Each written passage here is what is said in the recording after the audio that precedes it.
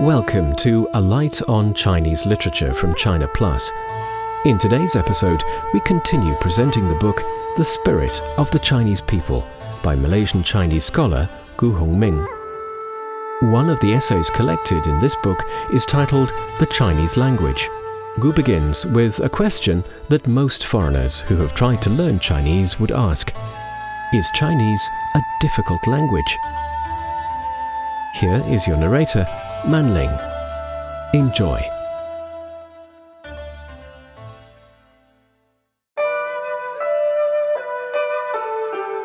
All foreigners who have tried to learn Chinese say that Chinese is a very difficult language. But is Chinese a difficult language? Before, however, we answer this question, let us understand what we mean by the Chinese language. There are, as everybody knows, two languages.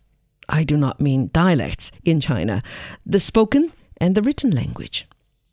Now, by the way, does anybody know the reason why the Chinese insist upon having these two distinct spoken and written languages? I will here give you the reason. In China, as it was at one time in Europe, when Latin was the learned or written language, the people are properly divided into two distinct classes, the educated and the uneducated. The colloquial or spoken language is the language for the use of the uneducated, and the written language is the language for the use of the really educated. In this way, half-educated people do not exist in this country. That is the reason, I say, why the Chinese insist upon having two languages. Now, think of the consequences of having half-educated people in a country. Look at Europe and America today. In Europe and America since, from the disuse of Latin, the sharp distinction between the spoken and the written language has disappeared. There has arisen a class of half-educated people who are allowed to use the same language as the really educated people, who talk of civilization, liberty, neutrality, militarism, and Pan-Slavism without in the least understanding what these words really mean. People say that Prussian militarism is a danger to civilization. But to me, it seems the half-educated man, the mob of half-educated men in the world today, is the real danger to civilization. But that is neither here nor there. Now, to come to the question, is Chinese a difficult language? My answer is yes and no. Let us first take the spoken language.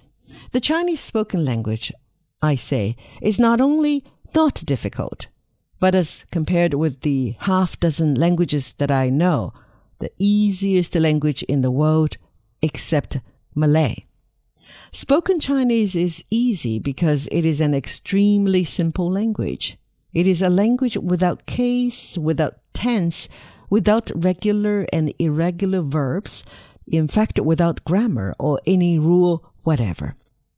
But people have said to me that Chinese is difficult even because of its simplicity, even because it has no rule or grammar.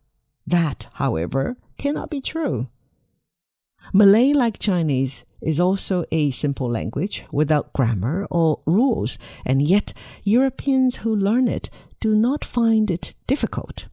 Thus, in itself, and for the Chinese, colloquial or spoken Chinese, at least, is not a difficult language. But for educated Europeans, and especially for half-educated Europeans who come to China, even colloquial or spoken Chinese is a very difficult language. And why? Because spoken or colloquial Chinese is, as I said, the language of uneducated men, of thoroughly uneducated men. In fact, the language of a child. Now, as a proof of this, we all know how easily European children learn colloquial or spoken Chinese, while learned sinologists insist in saying that Chinese is so difficult. Chinese, colloquial Chinese, I say again, is the language of a child. My first advice, therefore, to my foreign friends who want to learn Chinese is be ye like little children. You will then not only enter into the kingdom of heaven, but you will also be able to learn Chinese. We now come to the written or book language, written Chinese. But here, before I go further, let me say there are also different kinds of written Chinese. The missionaries class these under two categories and call them easy Wen Li and difficult Wen Li. But that, in my opinion, is not a satisfactory classification. The proper classification, I think, should be plain dress written Chinese, official uniform Chinese, and full court dress Chinese. If you like to use Latin, call them littera communis or littera officinalis, common or business Chinese, littera classica minor, lesser classical Chinese, and littera classica major, higher classical Chinese. Now, many foreigners have called themselves or have been called Chinese scholars. Writing an article on Chinese scholarship some 30 years ago for the NC Daily News, me, those old Shanghai days, I then said, among Europeans in China, the publication of a few dialogues in some provincial patois or the collection of 100 Chinese proverbs at once entitles a man to call himself a Chinese scholar. There is, I said, of course, no harm in a name, and with the extraterritoriality clause in the treaty, an Englishman in China may, with impunity, call himself Confucius, if so it pleases him. Now, what I want to say here is this. How many foreigners who call themselves Chinese scholars have any idea of what an asset of civilization is stored up in that portion of Chinese literature, which I have called the Classica Majora, the literature in full court dress Chinese? I say an asset of civilization because I believe that this Classica Majora in the Chinese literature is something which can, as Matthew Arnold says of Homer's poetry, refine the raw natural man. They can transmute him. In fact, I believe this Classica Majora in Chinese literature will be able to transform one day even the raw natural men who are now fighting in Europe as patriots, but with the fighting instincts of wild animals, transform them into peaceful, gentle, and civil persons. Now, the object of civilization, as Ruskin says, is to make mankind into civil persons who will do away with coarseness, violence, brutality, and fighting. But Reverend Arnaud Mouton, is then written Chinese a difficult language? My answer again is yes and no. From China Plus, you're listening to A Light on Chinese Literature. Is then written Chinese a difficult language? My answer again is yes and no. I say written Chinese, even what I have called the full court dress Chinese, the Classica Majora Chinese, is not difficult because, like the spoken or colloquial Chinese, it is extremely simple. Allow me to show you by an average specimen taken at random how extremely simple written Chinese, even when dressed in full court dress uniform, is. The specimen I take is a poem of 4 lines from the poetry of the Tang Dynasty, describing what sacrifices the Chinese people had to make in order to protect their civilization against the wild, half-civilized, fierce Huns from the north. The words of the poem in Chinese are: 誓扫匈奴不顾身， 5000雕锦丧胡尘。可怜无定河边骨，犹是春归梦里人。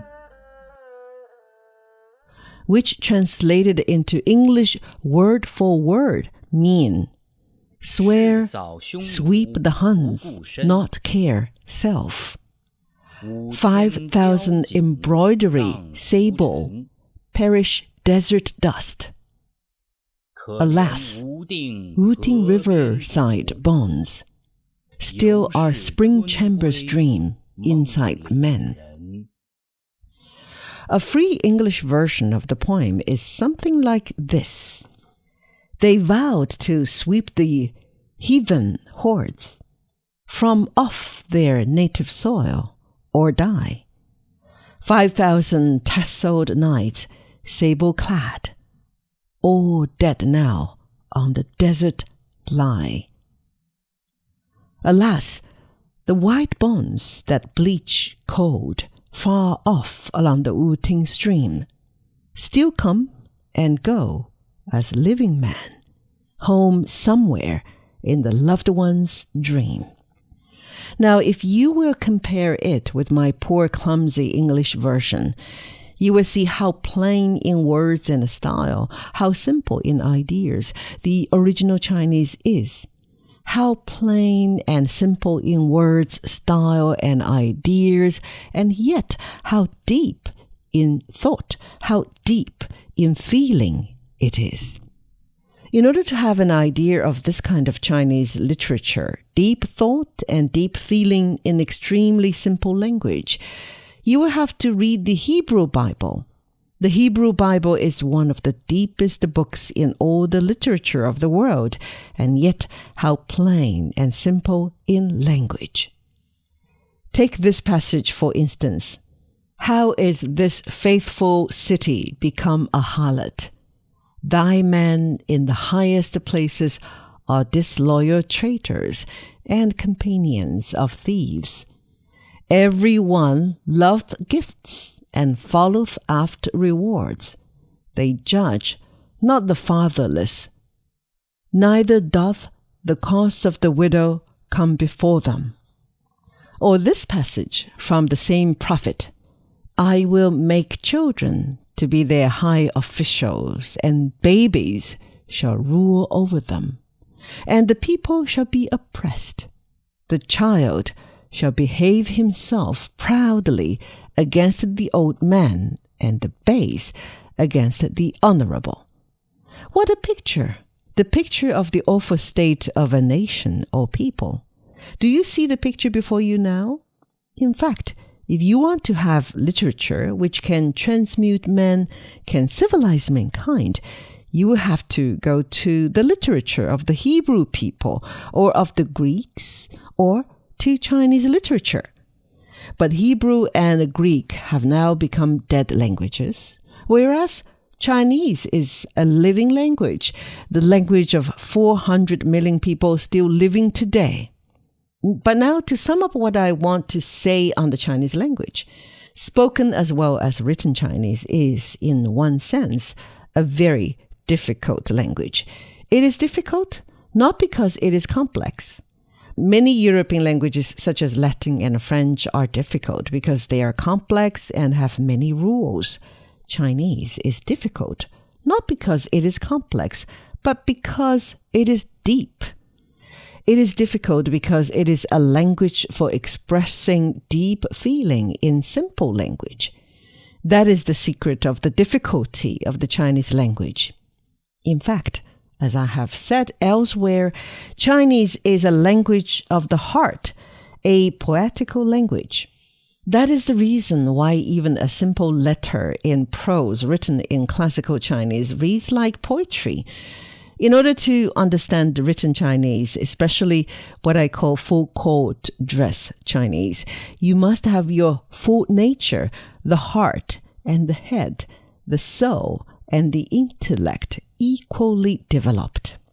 It is for this reason that for people with modern European education, Chinese is especially difficult because modern European education develops principally only one part of a man's nature, his intellect. In other words, Chinese is difficult to a man with modern European education because Chinese is a deep language, and modern European education, which aims more at quantity than quality, is apt to make a man shallow. Finally, for half-educated people, even the spoken language, as I have said, is difficult. For half-educated people, it may be said of them, as was once said of rich men, it is easier for a camel to go through the eye of a needle than for them to understand high classical Chinese, and for this reason, written Chinese is a language only for the use of really educated people. In short, written Chinese, classical Chinese, is difficult because it is the language of really educated people, and real education is a difficult thing. But as the Greek proverb says, all beautiful things are difficult. From China Plus, you're listening to A Light on Chinese Literature. But before I conclude, let me here give another specimen of written Chinese to illustrate what I mean by simplicity and depth of feeling, which is to be found even in the Classica Minora literature written in official uniform Chinese.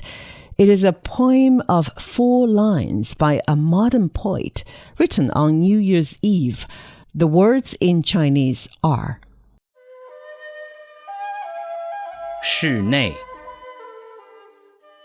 莫道家贫足岁难，北风曾过几番寒。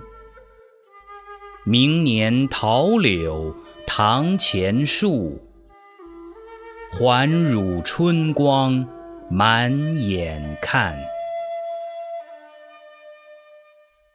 which translated word for word mean, 室内， don't stay home poor, past year here.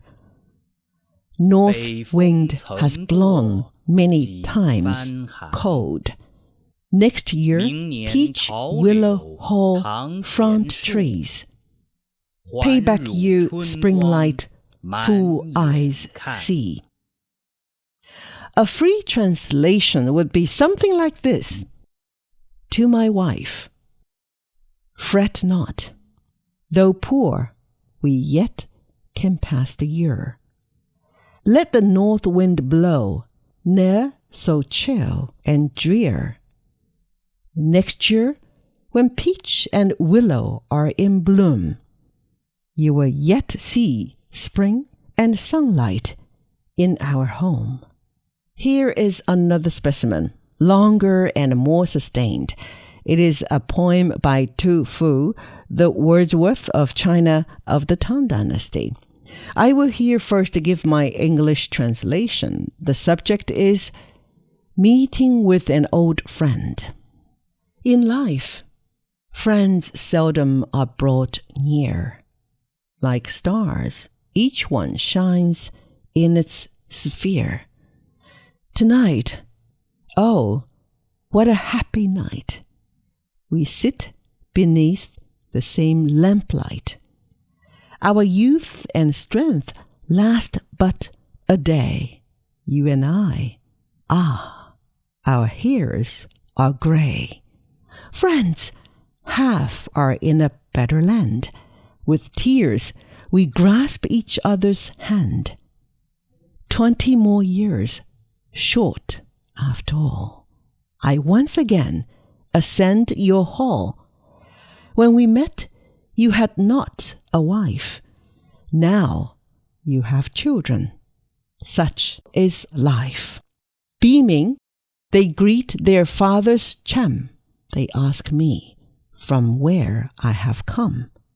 Before I say, we each have said, The table is already laid. Fresh salads from the garden near. Rice mixed with millet. Frugal cheer. When shall we meet? 'Tis hard to know. And so let the wine freely flow. This wine, I know, will do no harm. My old friend's welcome is so warm.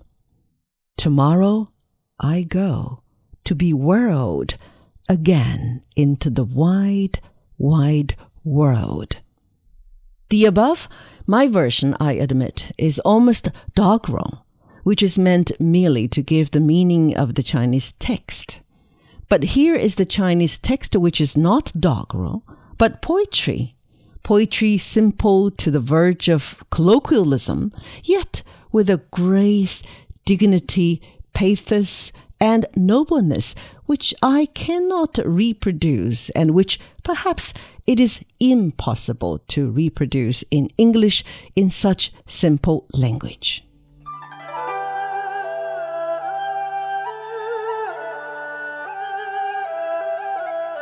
赠卫八处士。人生不相见，动如身与伤。今夕复何夕，共此灯烛光。少壮能几时，鬓发各已苍。访旧半为鬼，惊呼热衷肠。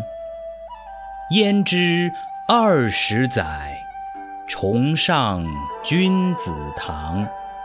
惜别君未婚，儿女忽成行。